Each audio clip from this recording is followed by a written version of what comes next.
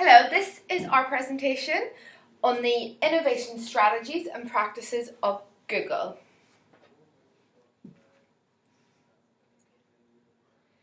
We chose Google because we feel Google are a highly innovative company. In the way in which Google was founded and the way they work today is key as to why they are such an innovative company and one of the best in the world. Since the beginning, they have focused on providing the best user experience that they could find possible, and they continue that today. With their open culture, everyone in the company can contribute. Therefore, they could cover a wide range of ideas coming from multinational, multicultural or people. In order to appraise their strategy and practices, we're going to use the innovation strategy model. We're going to go through each section and we are going to delve into how Google put this into practice.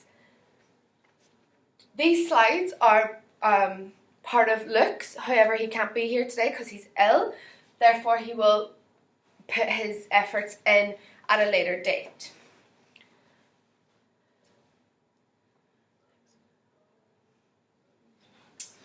So, this section of the presentation is going to handle Google's sources for innovation. And the question we're going to ask is Google using a good range of sources for innovation? The first thing we must know is Google's mission statement, which is simply Google's mission is to organise the world's information and make it universally accessible and useful. This statement is evident throughout their innovation strategy, including their sources for innovation and their search. They are constantly keeping it in mind. By constantly keeping this mission in mind, they are able to offer the best. They are able to offer the best innovation to bring to their public audience. To analyse Google's sources of innovation, we must firstly identify whether the organisation prefers position, paradigm, product, or process. Research and development is key to innovation, and nowhere is this more evident than at Google.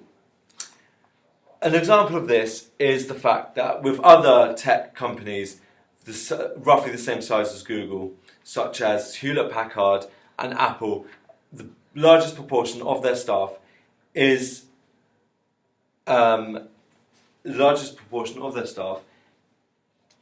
allocated to running the day-to-day aspects of the organisation, such as human resource management and admin.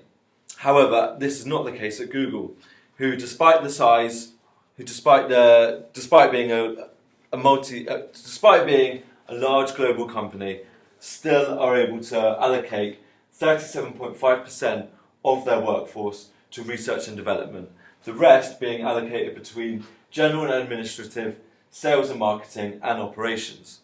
This is the first indicator of how highly Google value innovation. To start with position.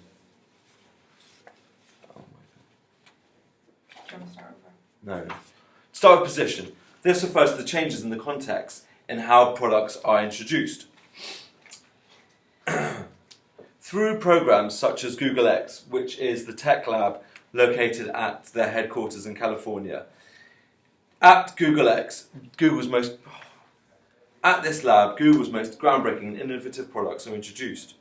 Google and its employees are able to monitor changes going on in the world around them, and keeping their mission statement in mind, are able to come up with creative solutions to these problems.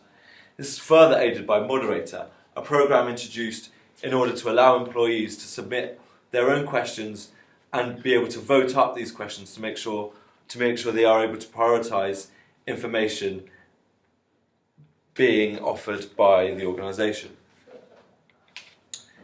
Next, we move on to paradigm. Paradigm refers to the changes in the underlying mental and business models which frame what the organisation does. Google's offices and workspaces located around the world have a very open and productive atmosphere in order to promote creativity and innovation from its employees. On the Google campus in Mountain View in California, they have over 30 cafes serving some of the best food available in the state. Google believe having these areas for staff to congregate and enjoy good food really encourages communication and idea sharing between colleagues.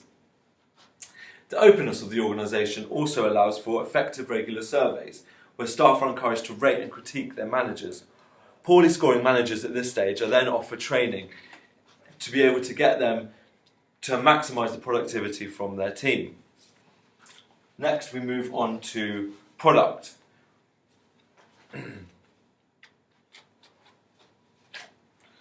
Product, which is what the organisation actually offers, to the changes in what the organisation actually offers. As a result of encouragement that the staff received to promote and share their ideas, a programme called Moonshoots was developed. Moonshoots enables these relatively far-fetched pipe dreams to be brought from this idea stage and be developed into viable, commercially acceptable products and services. This programme is a very good source of innovation for the organisation and has spawned pioneering projects such as Google Glass. Most importantly, Google have an iterative approach to all their products. These do-overs, as they're known in the organisation, result in an incremental form of innovation. As engineers and technicians at Google keep improving their products periodically until they are perfect. However, none of these sources of innovation would be possible without the human aspect, undoubtedly Google's most valuable commodity.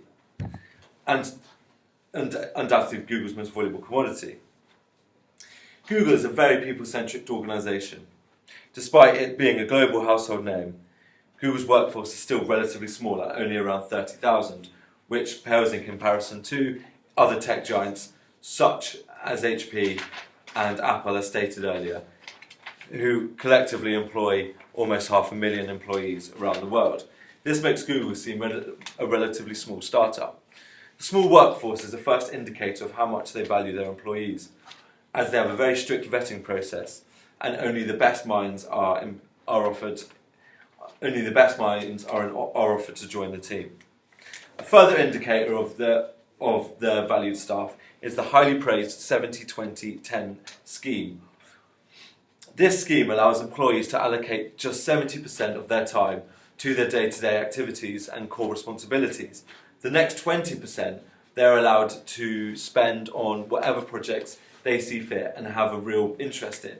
The final 10% of their time, employees are able to pursue personal development and skills training.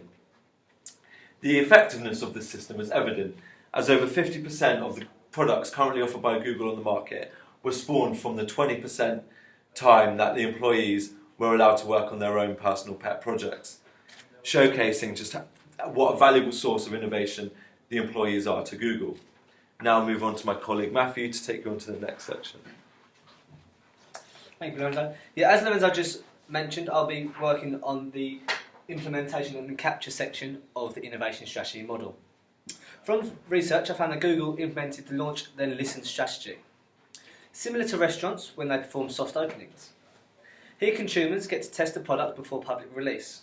From this, they can give the company, Google in question, feedback so that adjustments can be made to the product.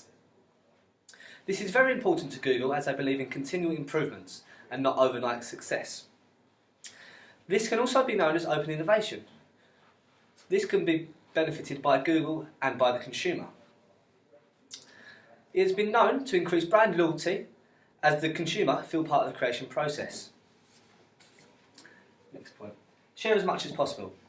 Google are a firm believer in sharing information with the employees.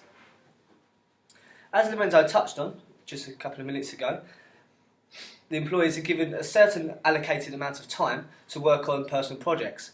When they share information, they can see this, in their interweb and stuff like that. They can get the information and they can work on it throughout, their allocated time. This increases innovation within the company. Just a little example, Google Books, it started with one gentleman. He had one book, scanned it in, and then after time, more and more people with their allocated time were adding books and things like that, and now it's over. I think there's millions and millions of books in there today. I do have some negatives though. Take company Apple, for example. They use more closed innovation strategy as opposed to open. This, I feel, could add a little value to the company because, take for the Apple Watch or the iPhone, they're all copyright and patented to Apple. If Google made something like that, it may increase some more excitement to their loyal customers who, and then it might even bring in new customers who are more excited about the product that's going to come into action. Just a little table here. It shows that the more money that's spent on research and development will increase the gross profit that is made by Google. By implementing these strategies, I feel Google are a highly innovative firm, but there are certain factors that may be used that could improve their innovation strategy. Thank you very much. I'll pass you back to Shauna, who's going to talk about the conclusion. Okay, so do we think Google are an innovative company? Do they have an innovative strategy? Our answer is yes. They have a range of sources which they get their information from and which they develop their products from. They also have careful implementation. They take their time in how they put those products out to the market before release. So they will not just release something because it's okay. They'll release it when it's perfect. They rely upon research and feedback, which is key to innovation. Your innovation strategies will not work if you do not respond well to feedback. Therefore, we believe that with all this into context, that Google are a highly innovative firm, but also they can still improve, and they do have a goal of improving constantly. Thank you very much.